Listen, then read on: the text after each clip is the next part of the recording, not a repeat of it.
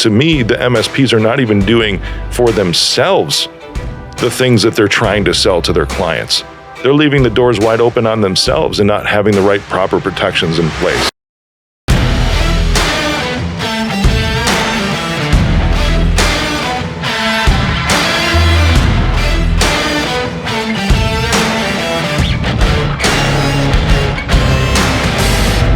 What's shaking? Welcome back to All In. I'm your host, Rick Jordan, and I have something to ask you.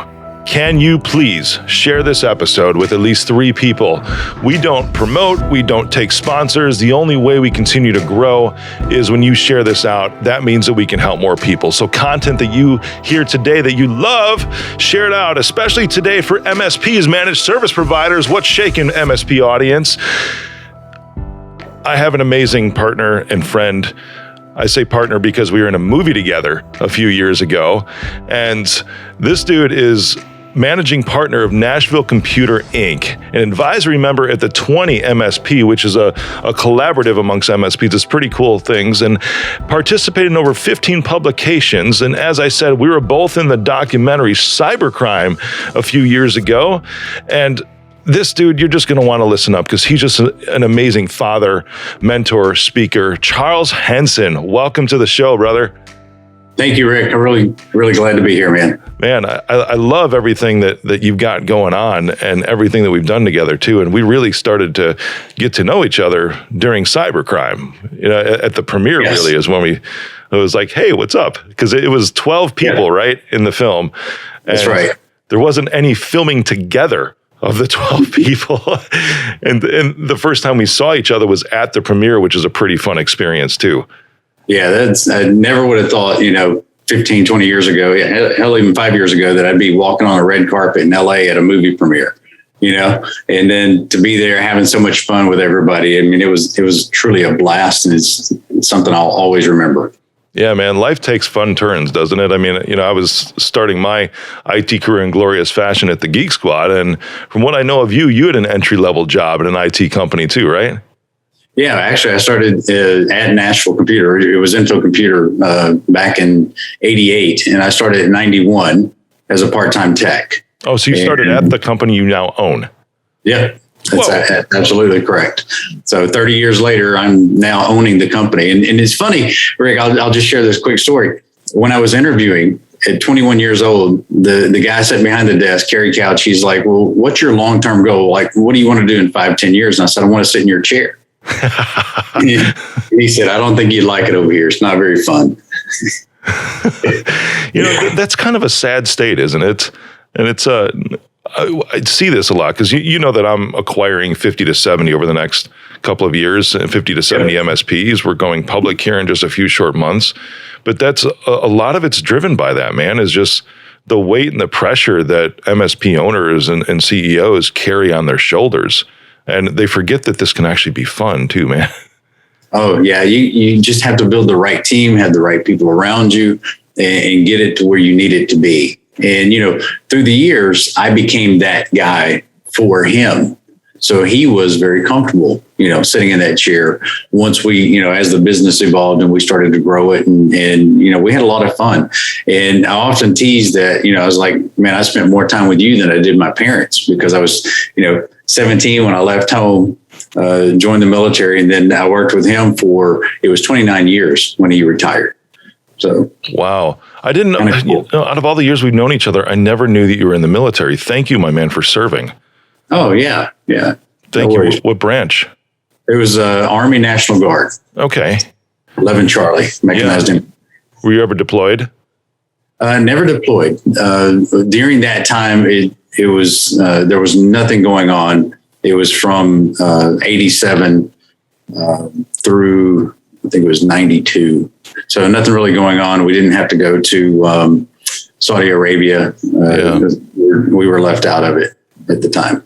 That's so interesting because you see a lot of this past year and a half to where the National Guard has been deployed, especially with the George Floyd riots last year, just a lot of the uprisings that we've had.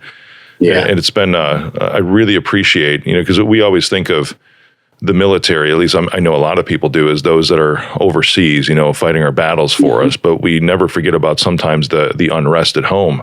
And I know even during the pandemic too, it wasn't just, keeping the peace during the riots that took place. It was also assisting in building, these makeshift hospitals and making sure the traffic was flowing with them and everything was set up. It's just amazing, man. It's a different branch that doesn't get a lot of attention or conversation, but it's equally as important because it's like everything that we need here at home from our military is what the National Guard is.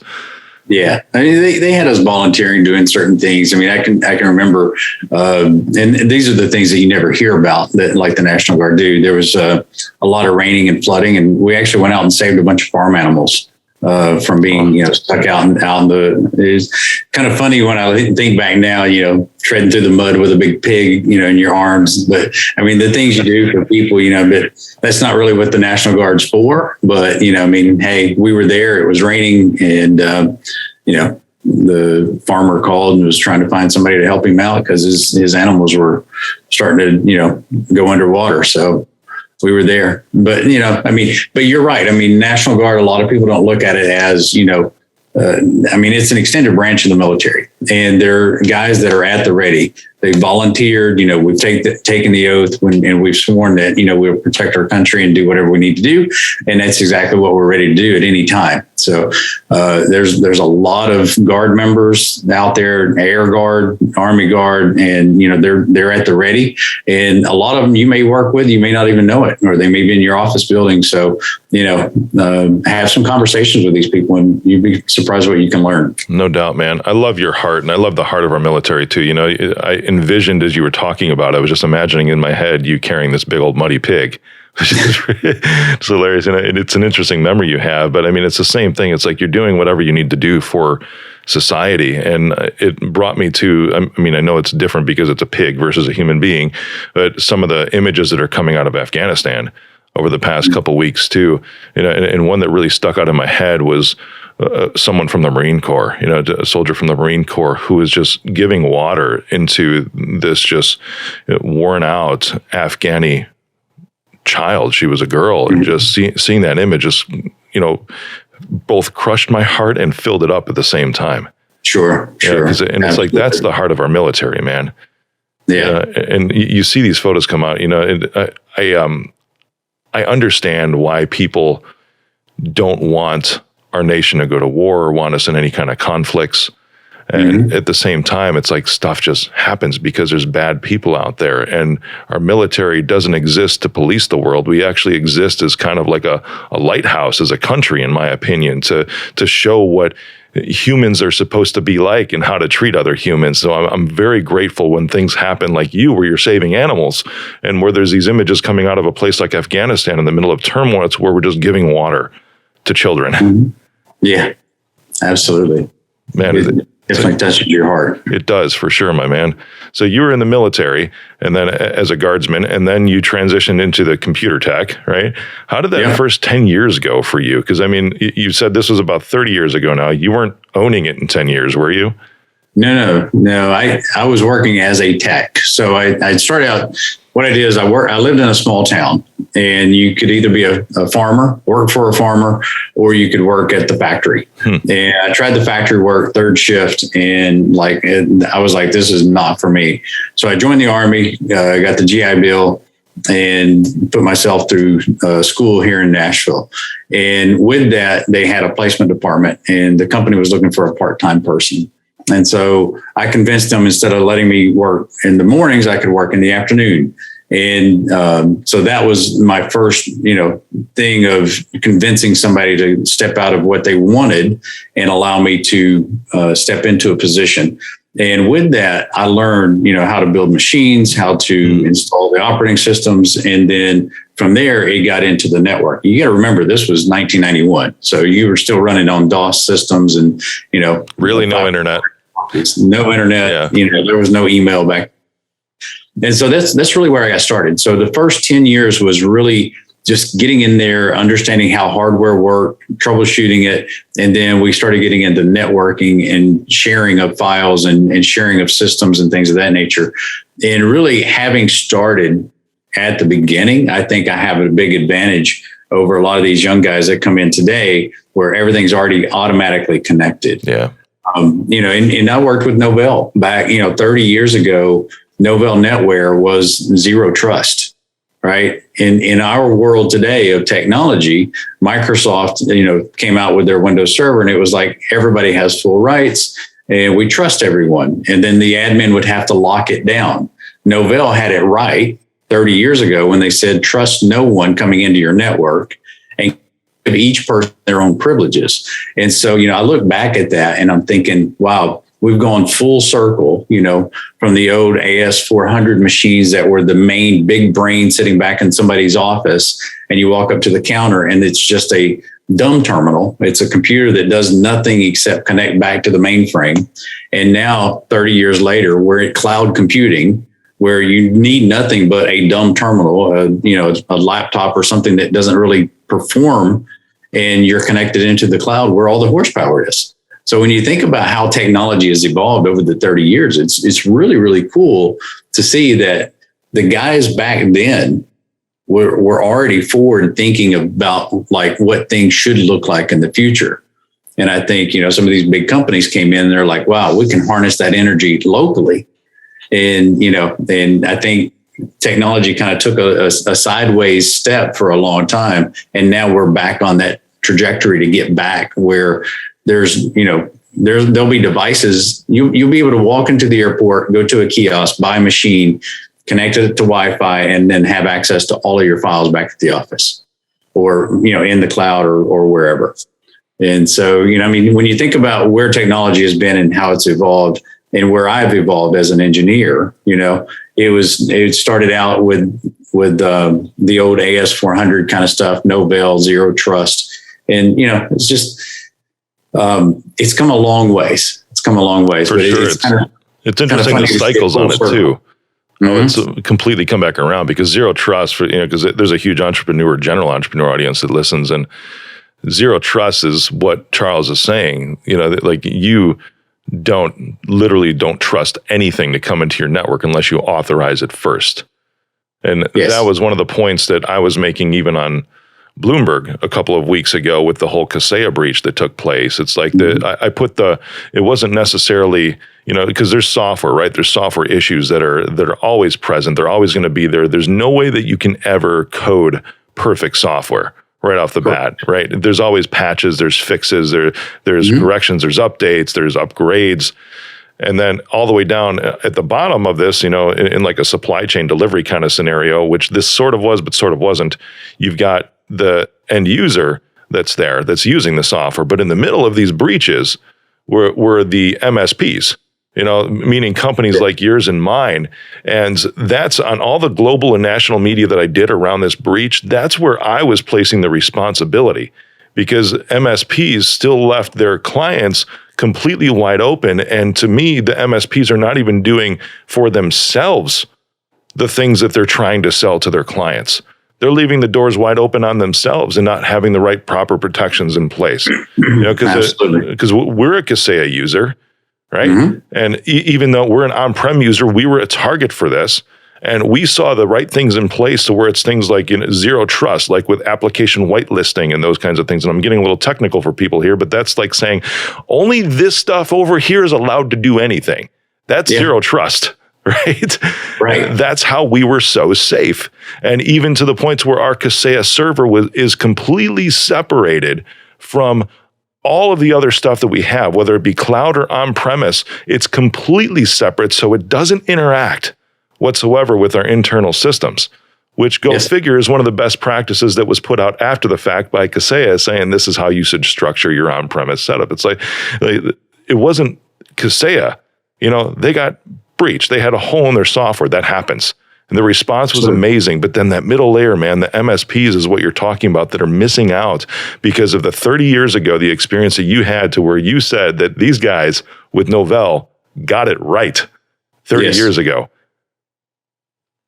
Yeah. And when you look at Novell and you look at BlackBerry, when you had a BlackBerry phone, there were no applications that you could install. So think about when you get a new computer, you get a new phone straight from the provider. And Apple's really locking this down now. They're like, look, you have to say whether or not you're tracking their location.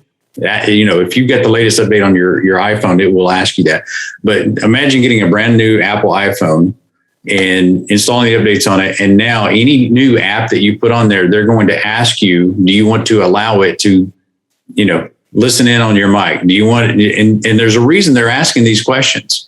So you need to be thinking as a consumer out there, do I want to be doing that? And then for MSPs, if you really want to protect your house, just jump on Amazon and buy the Mssp Playbook. I mean, shameless plug. I love it. I mean, the reason I wrote the book was because I had seen over 30 MSPs getting hacked. And I told my guys, I went to the team and I was like, guys, how do we not be one of those 30 people? And then the numbers kept growing. We worked with hunters. We worked with MSSPs. I had interviews with people, and I literally created a checklist for my own IT company to go out and harden our network security and trust nothing and set up two-factor authentication on everything.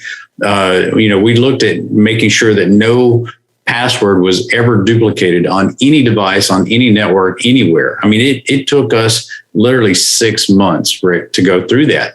And as we were going through that process, I started documenting it. And I started creating a checklist because I said, this is a checklist that we need to use, not just for ourselves, but we need to go to every single client and make sure that they are not using passwords. We're not using, we're making sure 2FA is on everywhere for every single client, because and I use the analogy when you get on a flight, you put your oxygen mask on first before you put it on your child.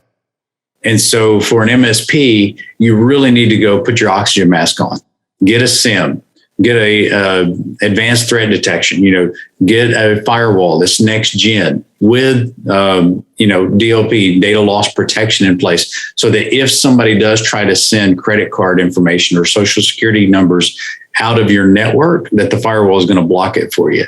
So, there's so many things that you can do to better protect your business, that, you really want a trusted advisor in an MSP. And if you're out there shopping for an MSP, ask them, how do they protect their own home? And that's a great question. It's like asking a carpenter, hey, what kind of house do you live in? Yeah, absolutely. If you're building a home from a general contract, it's like, cool. Can I see photos of your house? Not just the outside. I want to see photos of the interior. Let's see how this thing looks like. Can I tour your home and see how you do things for yourself?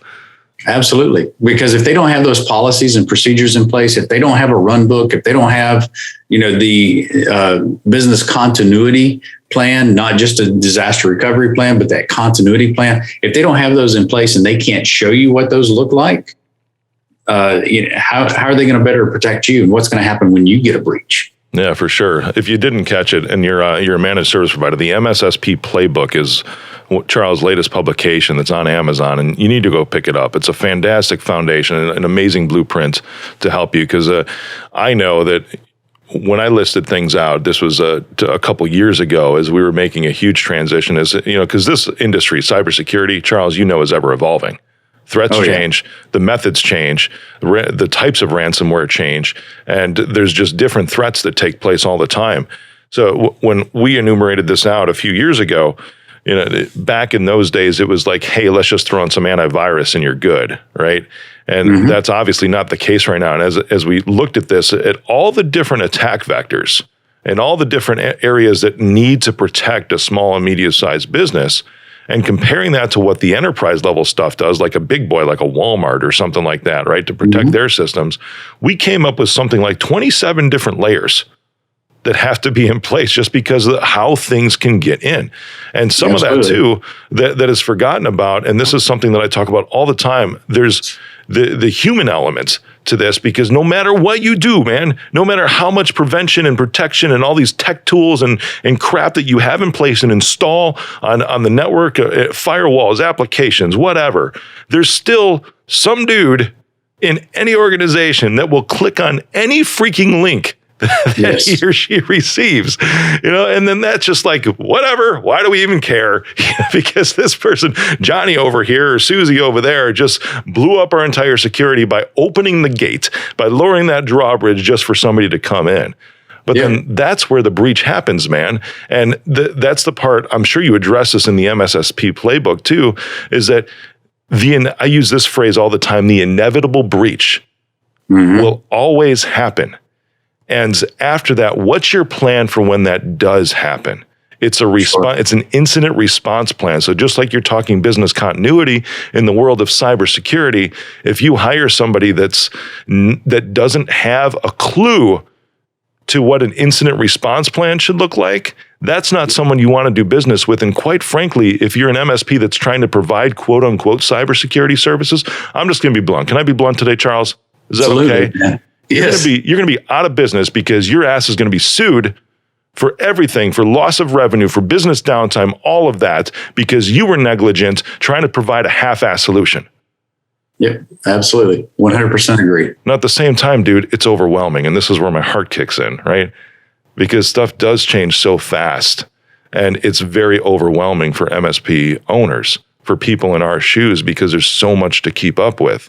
Especially if you're a smaller MSP, it's very difficult if you're just a 1 or 2 man shop, or if you're doing less than $1 million in revenue a year. There's so much you have to try to cover.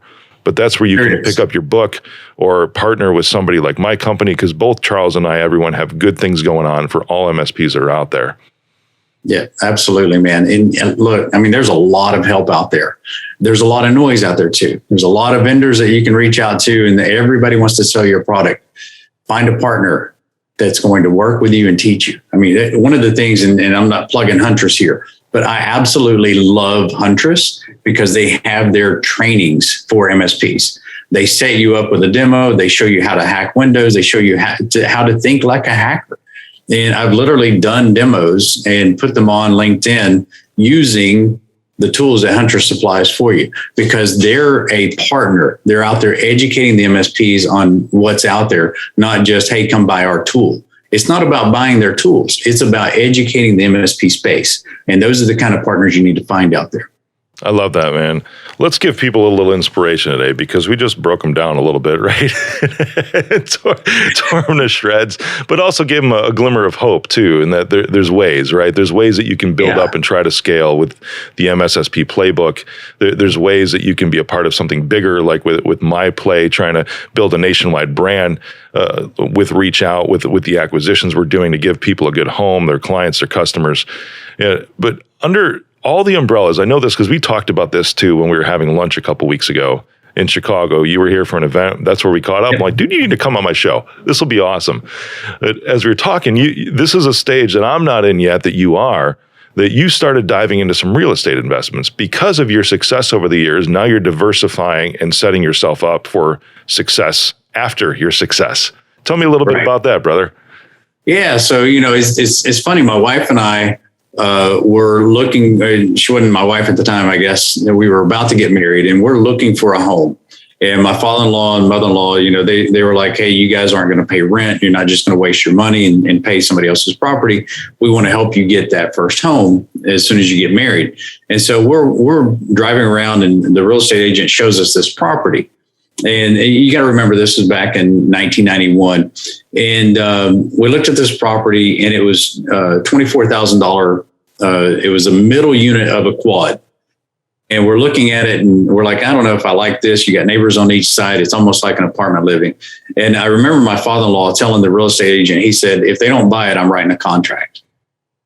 And about that, I was like, why would you buy this house? You already own a house. And he said, because I can make rent off of this. In 1991, he bought that house, $24,000. At the time, it was rented for, I think, $550. I think it rents for $1,250 today. Think about that ROI. Wow. One of the things that happened was it made me start thinking, wow, he's right. I've always paid rent. I've always paid somebody else. And so they helped us buy our first rental property. And it was a house back then, it wasn't the best neighborhood, but it was in a good, decent neighborhood. And we bought the house for $72,000 at an estate sale. spent $13,000 fixing it up, and it's worth over $500,000 today. And so that kind of thing is available for people if they're willing to take that risk. Now, what we did is we ended up going with a 15-year mortgage instead of a 30-year because we wanted to get it paid off sooner. Well, if you fast forward, we've owned up to 7 units at one time. And so right now, we went back down to 4 because some condos that I bought at a really sweet deal using owner financing. And yes, that is a thing, and it is available out there for people to have a conversation about.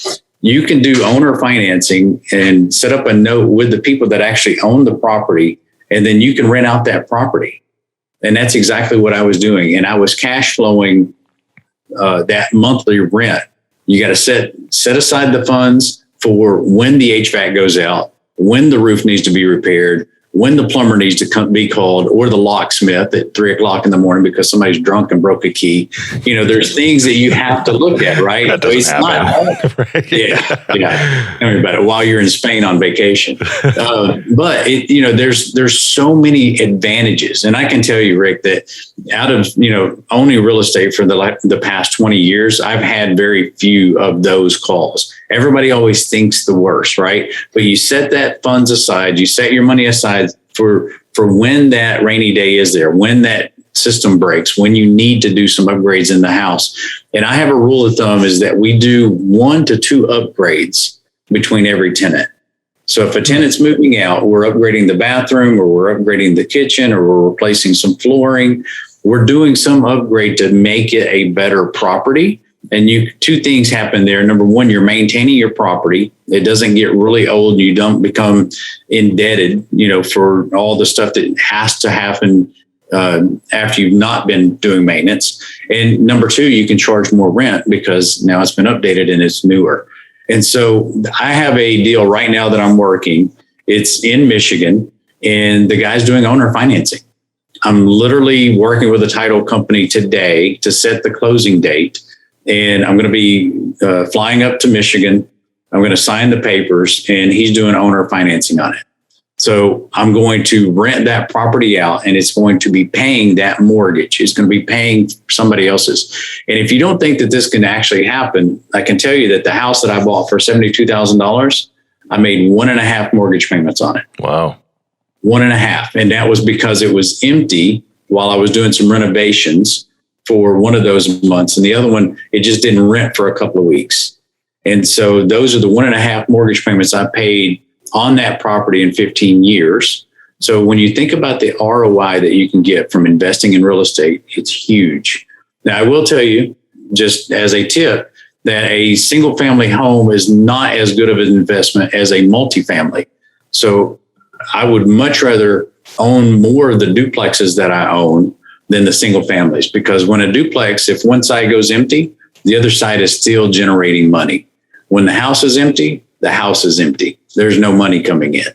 And so that's my real estate tips for you is to get out there, take the risk, take the chance, get you a mortgage. If you're not comfortable with a 15-year, get the 30-year, and then do your diligence on paying more and paying it off early. I've never had a mortgage loan go full term. Why would you? Just go out there and pay it off as quick as possible. Add money to it, and you'll be surprised how soon you can pay one off. That's awesome, man. So when you're talking about these upgrades too, because you're saying set aside money for when the HVAC goes out, when there's maintenance or repairs that have to happen, do you set a specific percentage? What's an average amount of rent? So we'll just say $2,000 a month, right? Maybe. Yeah. So $24,000 a year. How much would you set aside for those upgrades? Those 1 to 2 upgrades, if a tenant stays 1 year or 2 years? Yeah, the best thing to do, and this is the way I run it, I just leave all the money in the account. So when the rent is coming in, just pretend it's not even cash. It's not even your money. You can't spend that. That goes toward the rental properties. And at one time, like I remember the first quadruplex, the new roof for that thing cost $10,000. Yeah. And I remember having $25,000 in the bank going, well, that's half the money, but I won't have to do this again for another 25, 30 years. You know what I mean? Like it's a big expense, but it only happens every X number of years. Yeah. And so my advice, especially if you're getting started out, is treat this as a business, and you don't let that money mingle into your daily life. So don't take that money out of the account. Set up a separate bank account. All rents go in there. The deposits go in there so that you have that, so that you can give it back to them, and all your repairs get paid out of that. And it's a tax write-off as well. I love your approach, my man, because I've had real estate experts on the show, and they're all like gung-ho. I mean, I'm talking building, multi-million-dollar portfolios and all this, which is not, that's their life. I love your approach to this, because, this isn't, you don't even have to be like a real estate tycoon or even a 1%er to do exactly what you're doing. It's an approach that really anybody that structures and manages their finances appropriately can dive into. Rather than all these frivolous things that money is spent on, you can invest in real estate and start to build up a rental property, even maybe one every 2 years or so. So think about this, Rick. I've always had this 401k dad, 401 dad program that I've done with my kids. Is if they want to buy a new gaming system, I'll meet them halfway. They have the money, they got to, get there. They want a car, I'll meet them halfway. And what I did when it came to them ready to move out is I helped my daughter get a duplex. And so the way the duplex works is she lives in one side, a tenant lives in the other. Well, guess who's paying the mortgage? The tenant. Yeah. Yeah. And so, my daughter has upkeep. She has other things that she needs to do, but I'm setting my kids up to where they don't have to step in and immediately be in debt. They don't have to go out and struggle the way that I did, make sure that if I don't work the full 40 hours, I'm not going to be able to eat and pay my rent. Right. So I want to make sure that I can do that. So think about what could you do to help your kids, even if you bought a duplex and rented it out and then use that money, that cash flow, to pay for their room and board while they're going through college, and then once they get out of college and they're getting ready to start their career, maybe you turn that house over to them. And then it's an income producer to them too. Yeah. And here's the thing. I get my kids involved to make sure that they're paying the taxes so they know what needs to be done. Yeah. And then also making sure that I've asked the questions of, hey, if I gave you this house today and you could sell it for $250,000 or make $2,500 a month, which would you rather do? And they always say, I'd rather have the $2,500 a month, because I can keep making money on that thing for years. And I'm like, great answer. Yeah. So it's a great opportunity to educate and talk to your kids about this stuff as well. That's really cool, my man. Before we sign off, I appreciate your insights on that, because it's just father advice, dude. And I love that. It's the same thing. Like, my kids are involved in pretty much everything that I do right now. My kids even get a salary from the company because of the work that they do. My 14-year-old son actually learned Adobe Premiere, which is what CyberCrime was edited in, right behind you. It's made to edit full-length Hollywood feature films, and it's completely professional. And he's the one that's doing all the editing in Adobe Premiere now at 14, and is working for the organization doing that. So he's learning, and he's got more money than any of his friends because he's doing that right now, man. And it's really cool. But then it's teaching him financial responsibility. It's allowing him to be able to build something for himself. And even it was a couple of months ago, he's like, Dad, I know when I'm 18, I can buy a house, right? I'm like, yeah, you could. So he's already thinking ahead, just because, just like you, man, you're getting them involved in things that are going on and just showing them what life can be. Absolutely. Yeah. I love it, brother. You've got something else that I want to bring up before we finish here, is password guardians. We were talking before, and you've got so much that you've got going with the MSSP Playbook and password guardians. What are you doing with that, and what is that exactly? So password guardians is pretty simple. A lot of people, and I joke about this, somebody said, well, I can't remember my password. And I said, well, let me go look on the dark web and see if I can find it for you. Because, a lot of times the passwords are out there on the dark web, and it's no fault of our own. We went to LinkedIn and we signed in, we used a password, and LinkedIn let that leak. Same thing with Facebook, same thing with Dropbox, all these different programs out there, these platforms out there, they're giving away your password. So what Password Guardians does is it ensures that you are practicing good password hygiene. It's monitoring the dark web for your passwords. It offers email phishing, so we can test your company, your employees, to make sure they're not going to click on links they shouldn't. And then there's on-demand training. It's ongoing training to make sure that your people can and do get the cyber training that they need, so that if somebody does pick up the phone and call, like you mentioned earlier, then they're not going to click on that link.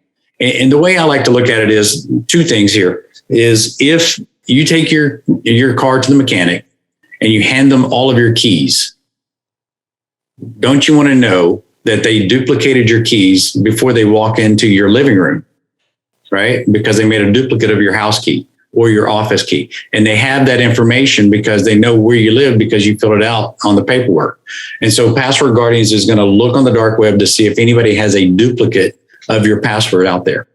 Number two is the phishing and the link clicking, the on-demand training we talked about. So you said we can put all these firewalls in place, advanced threat detection, all this stuff. But if a user clicks on a link or they get a phone call and the hacker tells them which website to go to, it allows them to remotely control that machine. The way I see that is it's like your kid opening up the bedroom window and letting a friend come in. They may not really be a foe, but it's somebody that you didn't invite into your house, right? And so with that, we want to make sure that we're teaching the employees not to open those windows and not let somebody come into the house. Don't click on those links. So it's a really great tool to be able to better protect your business and make sure that you know that your employees are getting the training, test them to make sure that they're watching and listening to the training, and then know if or when your passwords are actually compromised so that you can go make a change immediately before somebody else is in your systems. I dig that, man. And the awareness part and the education part is so huge now. So if you're listening, here's the brutal truth about this is there's movement now with insurance companies that will not provide organizations cyber liability insurance anymore, which means you get breached, you're up a creek. You have no financial reimbursement whatsoever for the damages that you've suffered from that breach. If it's money taken out of your bank account, if it's some kind of intercepted wire transfer that one of your people fell victim to, they were gullible enough to click on a link and think that they needed to send $250,000 to this fake vendor that doesn't even exist. They send it to the hackers. Someone gets in your network, you're down for business, you have ransomware. These insurance companies are starting to say, if you do not train and educate your people, your employees, not to click on these links, which is awareness training, cybersecurity awareness training. If you don't have that in place at your organization, you are not eligible for this cyber liability policy. And there will be audits that are coming up too, where they will go back and ask these questions for those who have it now to be like, hey, are you doing this? When's the last time you completed it? Just like something with HIPAA, right? To where you have but that's government regulated. But now insurance companies are saying, if you don't train your people, if you don't educate your people in cybersecurity awareness, we will not cover you. Absolutely. And you know, if you have a conversation and you talk about cyber liability, they're going to send you a questionnaire. And depending on how you fill that out and the regulations or the check marks that you use, underwriting may not approve you if they do approve you. Because at the end of the day, insurance companies, they want your money, right? They want you to pay them.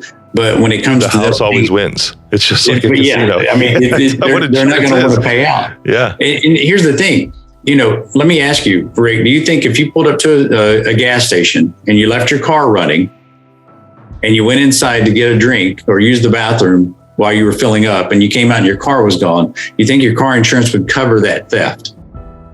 Or do you think they'd say that was negligence on your part? Yeah, that becomes the choice of the underwriter. I would feel it would be negligence. It would be. And that's the same thing going to happen. You get cyber liability insurance and you're not doing the training. You're not putting the proper tools in place. You're not putting the proper firewalls in place. They're going to say, well, you didn't lock down your system the way you should have. You weren't using 2FA. Your IT provider is the one that's at fault here, not you. And so we're not going to follow you. We're not going to, we're not going to have your back on this, and we're not going to pay your claim. And then the MSP is looking at, okay, I didn't do my due diligence, so now maybe I'm the one getting sued. Yeah, for sure. Yeah. It's just going to trickle down the line, because at the end of the day, man, somebody pays. Whether if it's the insurance company, or it's the company that was breached, or it was the MSP that was servicing this company, one of those three is going to pay, man. Yep. Brother, I appreciate you being on. We can find all the information about the MSSP Playbook and Password Guardian at NashvilleComputer.com, correct? Well, MSSP Playbook is on Amazon. And then Password Guardians is passwordguardians.com. Sweet. And good deal. Nashville Computer is the IT company here in Nashville and in Michigan. That you bought after you started working there as an entry-level IT person. That's amazing, Absolutely. man. Amazing story. Charles Henson, thank you for being on the show, brother. Appreciate you. Thank you, Rick. I appreciate you, man.